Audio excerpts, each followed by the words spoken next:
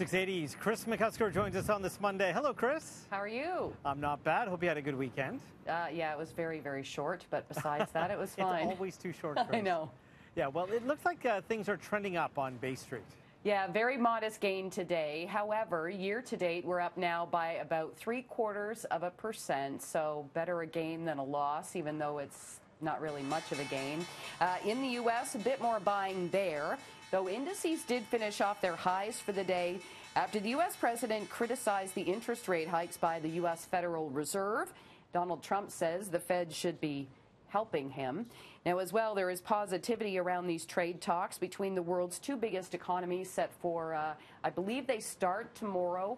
That's between the U.S. and China, although, again, the U.S. president said after trading today that he doesn't really expect much to come of it. So I guess we're going to have to wait and see how that plays out. But this optimism sort of drove markets higher, albeit very modestly. Right. Well, lumber stocks appear on the rise, and there's a very specific reason for that. Yeah, and it's the wildfires. It's sort of, a good news, bad news scenario. Essentially, there are concerns about supply because of those fires. The province of BC did declare a state of emergency last week.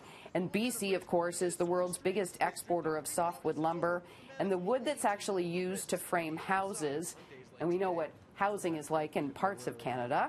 Now, at the same time, North American lumber producers in general have reported decent year-over-year earnings, driven mainly by higher prices.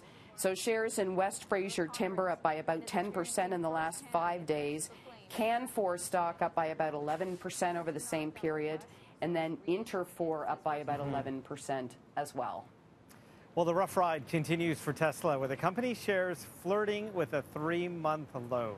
Yes, and it was very interesting because they did hit that 3-month low and then bounced right off it, slipping as low as $290 a share, closing up by 1% to $308 a share. And that was despite a downgrade on the stock from J.P. Morgan. Now, this analyst referred to that tweet by CEO Elon Musk when he said he was planning to take the company private at $420 a share.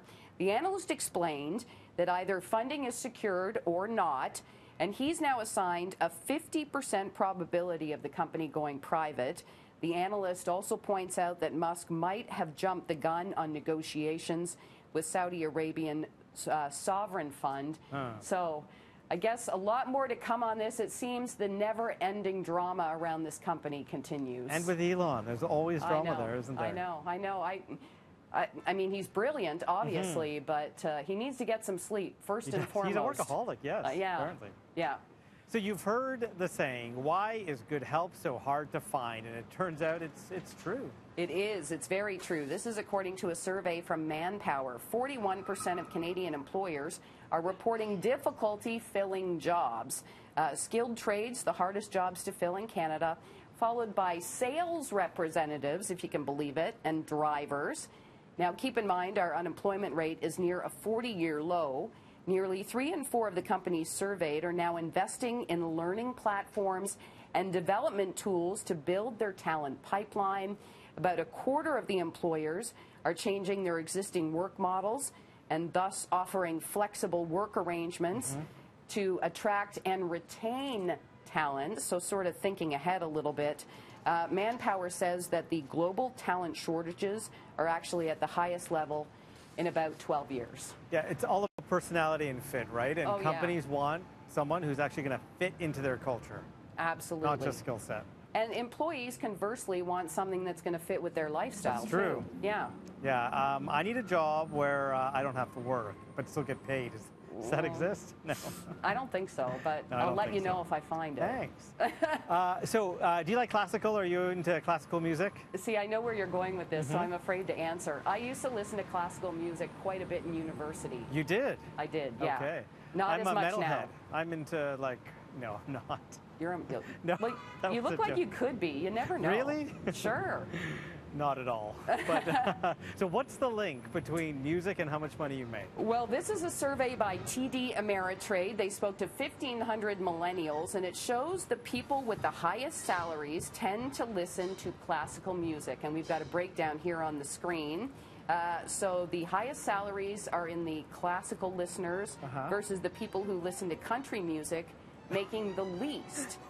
That's not a knock on country. I was It's going to just the say, way like, it come is. on. Why are you slagging country music? Oh no, it's not. No, I would never ever do that. Now they're going to write a song about it. I only make 58,000. Well, that would be a good song, actually. People would be able to relate to it. Yeah. The survey also showed that the classical music aficionados also feel a lot more financially secure. So there's some sort of, when you read between the lines, there's some credence to it. So we should pick up classical music? Apparently, ditch yeah. the country. Okay, Yeah, good to yeah, know. yeah. Thank you, Chris. Thank you. Have a good night.